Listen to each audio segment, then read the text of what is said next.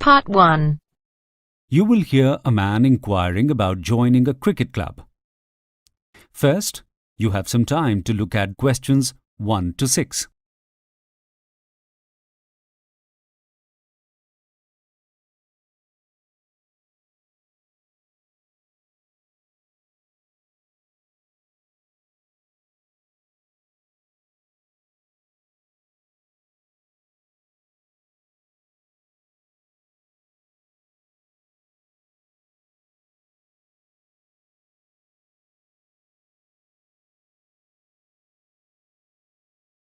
Listen carefully and answer questions 1 to 6.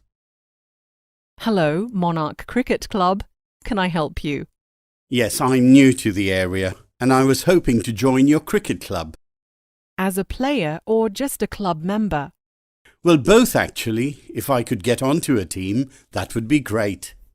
Well, you've called at the right time of year. We have tryouts next week. Let's get you an application to join the club as a member first.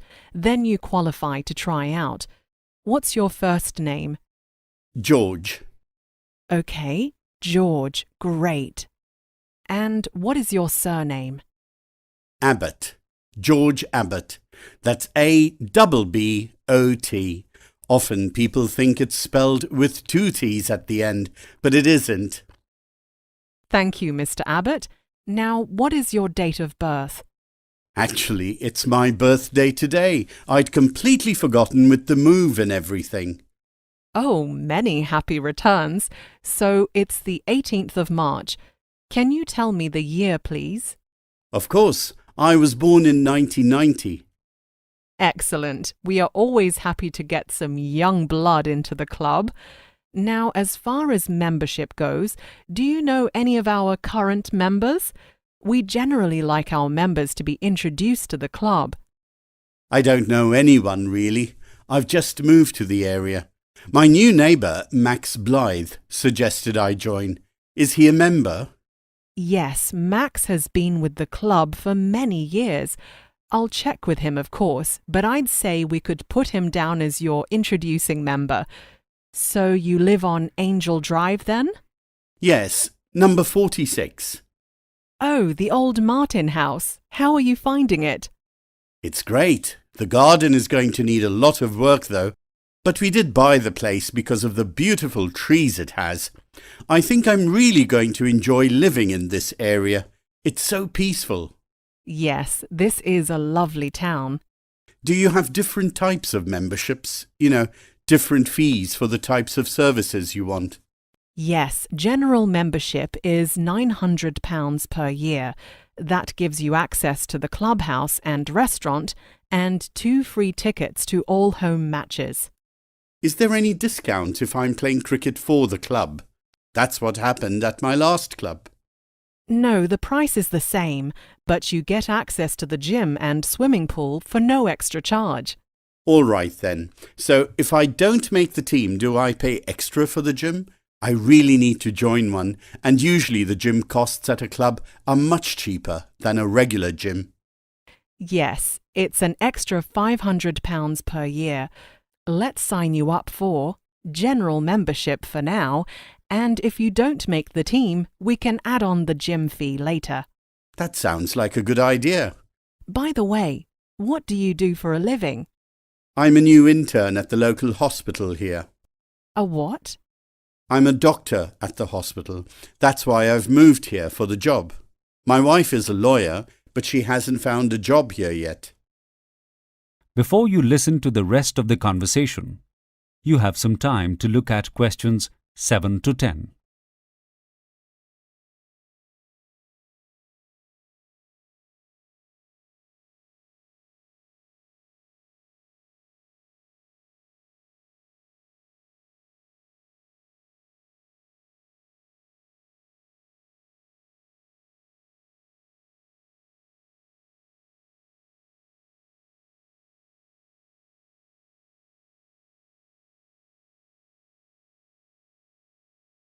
Now listen and answer questions 7 to 10.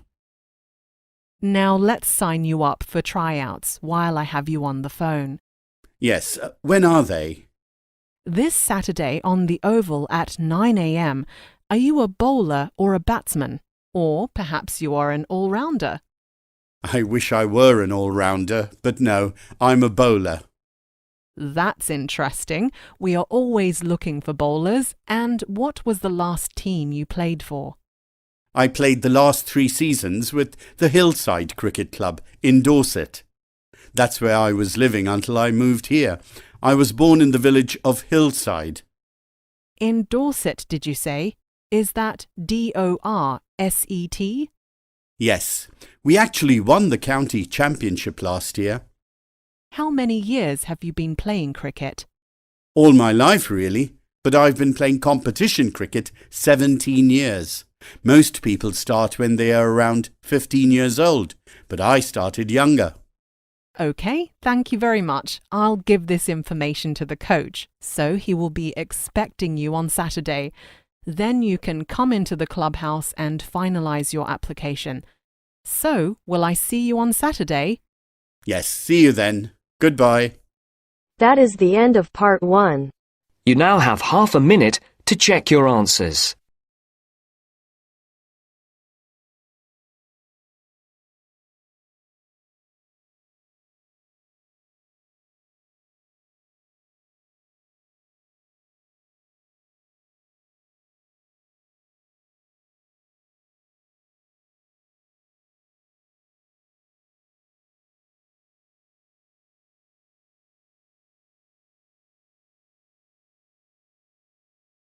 Now turns to part 2.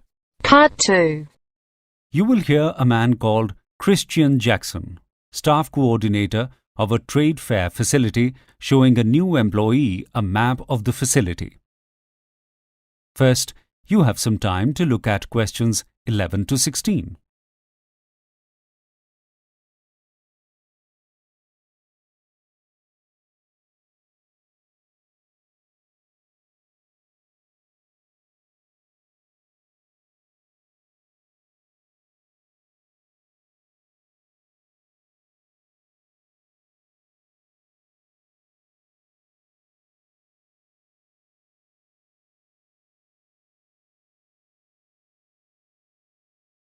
Now listen carefully and answer questions 11 to 16. Welcome everyone to this year's Sales Motivation Conference. I can already see a lot of faces that I recognize from previous conferences. So welcome back. And to all the new delegates, welcome. We hope that you gain a lot over the next 4 days. Boost your confidence and get lots of energy to go back to your jobs refreshed and ready to sell. We have 12 motivational speakers here for the conference, all ready to give you their ideas and tips for how to improve your sales performance. The keynote speaker is world-famous motivational star Melissa Foreman. She's going to open the conference today directly after I speak to you, and then she will have 4 two-hour sessions, 1 this afternoon and the other 3 on the mornings that follow at 11 a.m. Her presentation is called Bounce Back, and it is an entertaining talk about how to take the knockbacks and refusals, how to turn them around, and how to succeed in the long run. When you attend Melissa's talk, you will also have the opportunity to buy a signed copy of her latest book, with the same title as her presentation, at a discounted rate. Melissa is giving the same talk 4 times, so we ask that you only attend her talk once so others are able to get to see it. I know that many of you have decided to attend this conference just to hear Melissa speak, but make sure you make the most of the other great motivators on our roster, who all have incredibly inspiring offerings. There are 4 lecture halls here at this venue, and there will be 3 sessions per day, 2 each morning and 1 in the afternoon, from 9 to 11, from 11:30 until 1:30, and then from 3 until 5 p.m. Each speaker will be giving their presentation 4 times, so over the next 4 days, if you attend 3 sessions a day, you should be able to attend one presentation from every motivator. You might not all be able to achieve this because not only do we have talks from speakers, but quite a few interactive workshops where you will be able to work on your selling skills together. As you know, the theme of this conference is making the buy. With this, we mean putting the focus on the buyer. Often, sales methods are based on making the sale and using high-pressure techniques. This hard sell strategy is stressful for both the salesperson and the buyer. We want to help you find ways of making the buyer come to you after your initial pitch, making them feel more in control of a purchasing situation, and ultimately more willing to buy product from you. Whether you are selling insurance, cars, clothing, or electronics, this conference will teach you skills that you can take away and put into practice. If your sales have been in a lull, we are hoping that the next few days will get you feeling positive and proactive again. We want to send you back out into the world completely prepared to work as the top salespeople in your fields. Before you hear the rest of the conversation, you have some time to look at questions 17 to 20.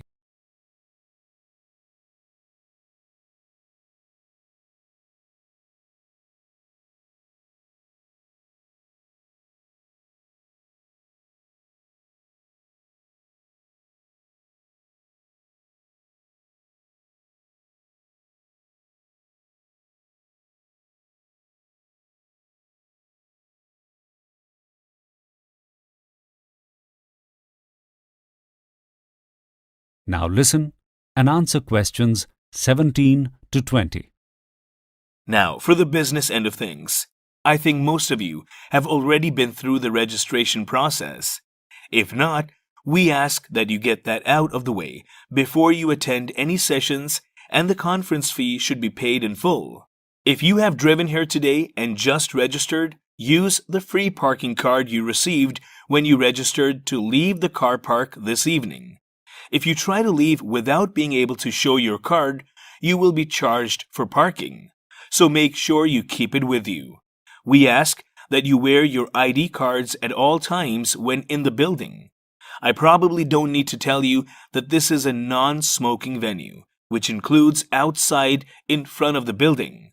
Lunch will be available in the banquet hall every day from 1:30 until 3, where there will be a buffet that also has vegetarian and vegan options.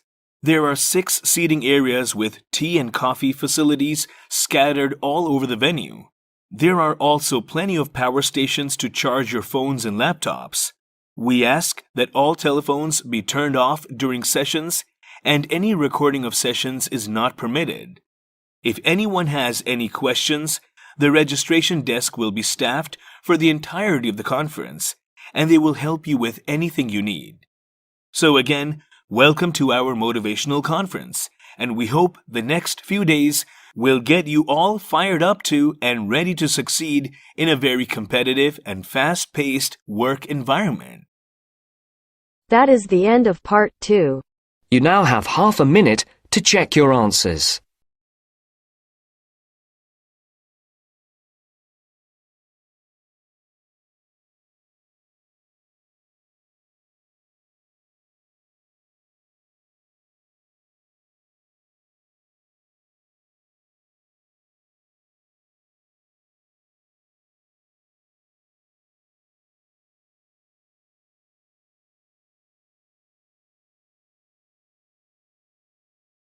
Now turns to part 3. Part 3. You hear 2 students, Anne and Fergus, planning a project that they need to submit to their university tutor. First, you have some time to look at questions 21 to 26.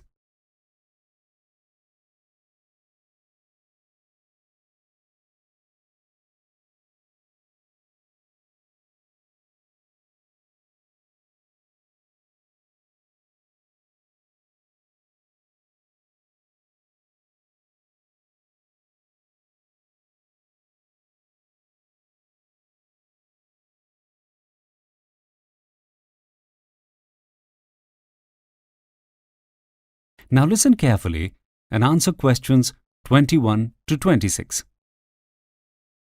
I'm glad I'm doing this project with you, Fergus. I think we will work very well together. How do you think we should go about it? I really like the idea of a project on how potato crisps are made. I did find the whole production process a bit complicated in the lecture, though. It may only take about 15 minutes to get from potato to crisp in a sealed bag, but there are a lot of steps in that process. I think it would be clearer to us if we draw up a flow chart. Then we can see what pieces of machinery are needed for each point in the process. Good idea. I remember that the potatoes they use have to be less than 24 hours out of the ground, so they need to be transported by truck to the factory very quickly. Then, once they come off the truck, they are put straight into the crisp-making machine. And that's a continuously moving conveyor system that passes the potatoes through numerous barrels, tubs, funnels, and fryers. I just can't remember the order. Well, it's quite amazing, all completely automated. After the potatoes are loaded onto the conveyor belt, they pass through rolling barrels that brush the dirt off them. Then they travel along a water canal to the peeler. The peeler takes the skin off, right? Yes, the potatoes tumble around abrasive rollers until the skin is removed. My notes say the peeler can skin 12,000 pounds of potatoes an hour. Then they move on to another conveyor that separates the potatoes into sizes. The smaller ones drop through gaps in the conveyor, and the larger ones are chopped into smaller pieces that then fall into the rinser, joining the smaller potatoes. They are now all about the same size. Then, from what I remember in the lecture, they go along the rinser conveyor where they are sprayed with water before they get into the slicer. This is where they are cut into the crisp shapes. Here, they are spun in a huge drum with adjustable blades. From just one potato, they get enough crisps for a small packet. And then they are rinsed in cold water for about a minute before they pass along another conveyor belt, which dries off the excess water with an air blower. Okay, that's all a bit clearer now. So then they enter and move through the long fryer, which contains canola oil boiling at 190 degrees Celsius. They exit the fryer, still on a metal conveyor belt, and the excess oil drips through perforations in the belt. After that, they pass through an electronic scanner, which identifies any brown spots or defects and blows individual chips off the conveyor belt with air pressure. It's amazing.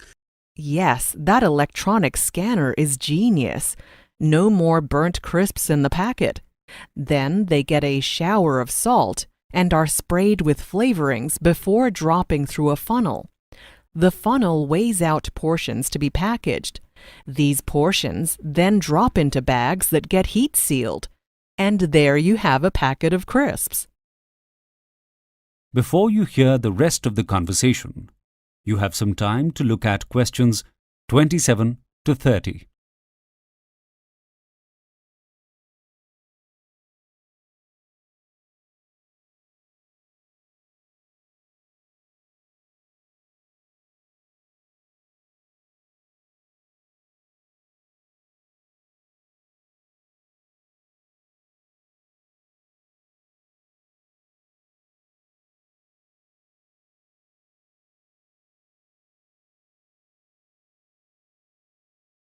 Now, listen and answer questions 27 to 30. Okay, that flow chart has made everything a lot clearer. Now our project is to come up with some way to reduce the amount of water consumption in the process. How are we going to go about this? We definitely need to visit a factory ourselves and talk to the people who run the machines. I want to find out why the slices need to be in cold water for 1 minute. This might be a part of the process that we could reduce. Perhaps the conveyor belt could be shorter here if we can, say, get the time down to 30 seconds and save that amount of water. Or we could recycle the water from that process, which is relatively clean, for the first rinsing step before the potatoes are peeled. What do you think? It's only the stage where the last of the dirt is being taken off. That's brilliant. Now the assignment doesn't have to be on the part of the process that involves frying and packaging. It is the preparation section that we need to focus on. Once we decide on the modifications to be done to the machine, we have to present them in design form. You are much better at that than me. I can write most of the text to go with it. That's fine with me, as long as the ideas come from both of us. Fergus, can you also arrange the factory visit? Then we can go together. I can't wait to see the machines in action. That is the end of part 3. You now have half a minute to check your answers.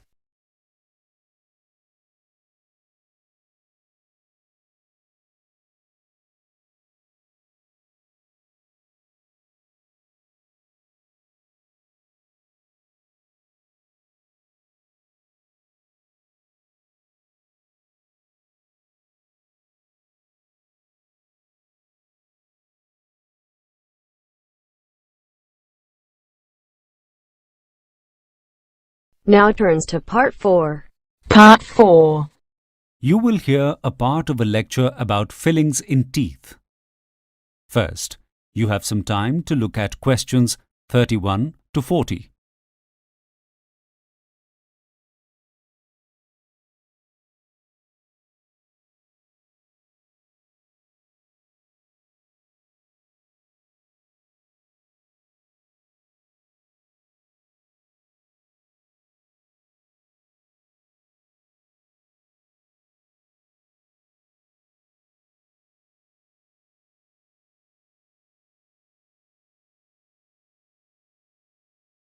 Now listen carefully and answer questions 31 to 40. Today we are going to look at how tooth decay is managed through the repair of dental caries by inserting cavity fillings into teeth. Statistically speaking, quite a few of you in this lecture theater would have fillings in your teeth. But being on the receiving end of a filling does not necessarily mean you know what is being done in your mouth. Tooth decay destroys the surface layer or the enamel of a tooth. This usually occurs in the natural crevices of the occlusal surfaces, or the areas where the teeth touch, in the back molars of the teeth. The decay is caused by a buildup of bacterial matter called plaque, which breaks down the enamel surface. There are varying degrees of this decay.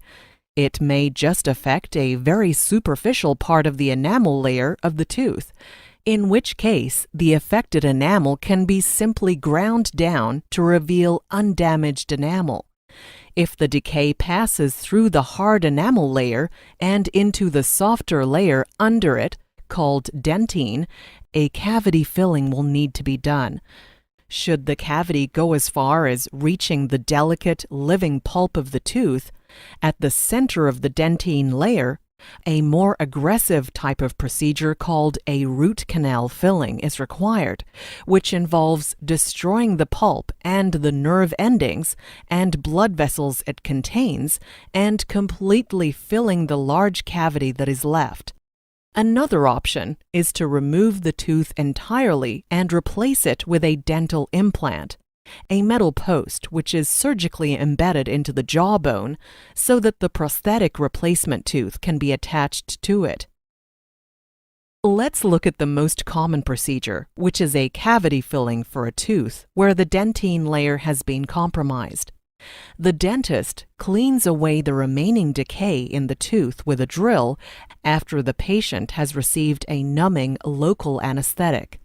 This removal of decayed enamel and dentine prevents further damage, but the tooth now needs to be repaired with a filling to make it sound again.